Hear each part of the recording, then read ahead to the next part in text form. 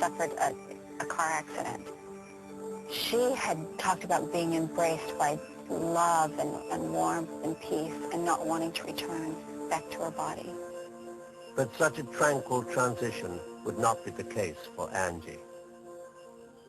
My experience was completely different than anything I'd ever heard about. I had a concept of hell, but this was nothing like what I was anticipating at all.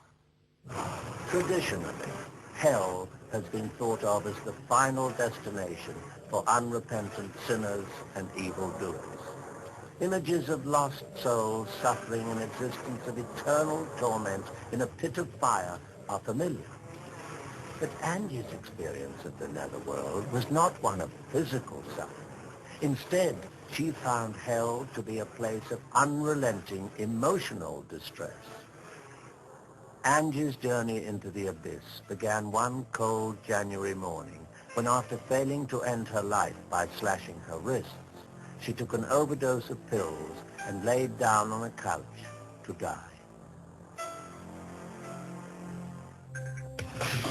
Angie, too, might have been doomed to this ironic existence for all eternity had she not been called upon.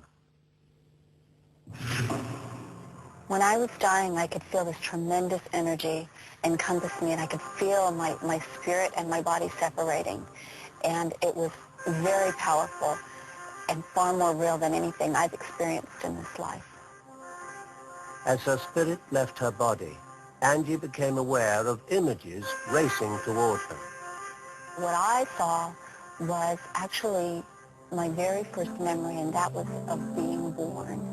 And I saw my mother looking at me and cradling me, and then I went through every moment of my life just exactly as I had lived it, only I felt everybody's feelings. I felt it from everybody's perspective, and I had a completely renewed understanding of what my life had been like and what my parents had really been like and what they were trying to do. And I found it very interesting that my mother was such a significant part of my life. I'd forgotten most of my memories with her because she had left when I was 9. And most importantly, I think I understood that she loved me. As Angie continued to look back on her life, she began to sense that she wasn't alone. I could feel a presence with me. I could feel a person with me. I knew he was male, and I knew he was viewing my life with me. Eventually, Angie's review of her life ended as it began, with her suicide. I went all the way to the point where I was lying there on the couch, and at that point I was surrounded by darkness. Angie then felt herself descending into another plane of existence where she became aware of other disembodied spirits who had chosen the path of self-destruction. They were all kind of mumbling to themselves, completely self-absorbed, caring nothing about anybody else there or about anything but themselves. What was going on was that these people were reliving this worst experience over and over and over again, reliving this agony that they were in, this turmoil, whatever it was that had caused each of them to take their lives. Angie, too, might have been doomed to this ironic existence for all eternity had she not been called upon. I heard a voice, and it said, "Is this what you really want?" And I looked to see where the voice was coming from. The words had come from above. I could see a pinpoint of light that looked just like a little star, and it grew in intensity and came towards me very quickly. But the light wasn't a star. It was a being who was made of light. And as he approached, I realized that this was God. I didn't have to be told. It was like the universe reverberated his name. And then he said, "You can't take your life. It's not yours to take. And life is supposed to be hard. You have to pass through these things. All of us have done this." And I was filled as he spoke to me with understanding about the purpose of life and what we're doing here and how important it is to to think about how you treat other people. And then I felt another presence standing next to him. And I realized it was the same being that had been next to me during my life review. Though Angie could not see this second presence, she sensed an inexplicable connection with him. I could feel this incredible love and peace and compassion coming from him, and pain as well. And I knew that this was for what I had done.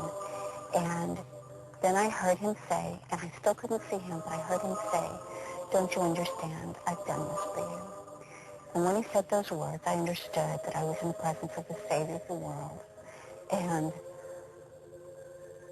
I could feel what he had done for me. I was taken into that experience, into when he suffered for me, and I caught that moment of his life and understood that this was a very real and literal thing that had happened.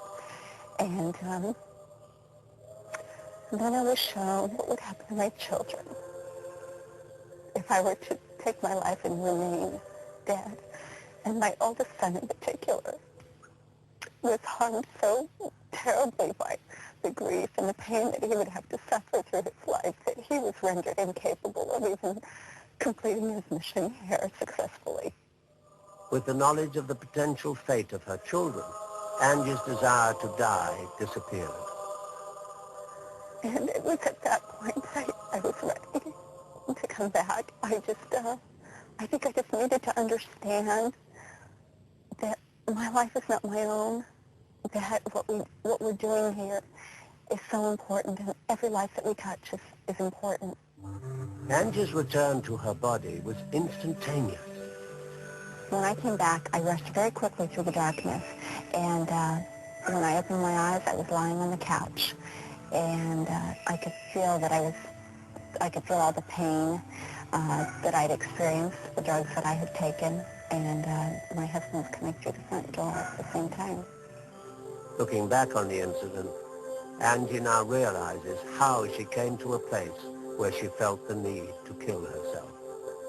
I didn't get there because other people had done things to me as much as that I had chosen not to overcome the things that are intentionally given to us, problems, things that we need to overcome so that we can grow.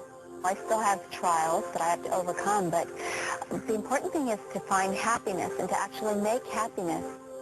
Recently, Angie gave birth to her third child, David, and the happiness which his presence has brought to her is evident.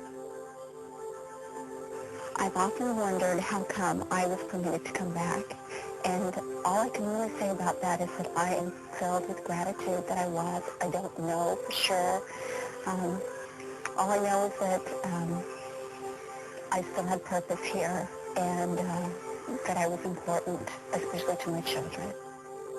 In her book, Beyond the Darkness, Angie chronicles her most amazing journey and details the information she was given about a scheme to land us all in hell. One of the things that I was told is that there is a being of darkness, that he's very organized, and that he has concourses of dark angels that assist him, and their main purpose is to thwart the plan of God, to direct those of us who are here in mortality to do harmful things. But because of Angie's harrowing experience, she knows she can avoid the plans of the Prince of Darkness by living her life in the light. And by doing so, her life has improved immeasurably.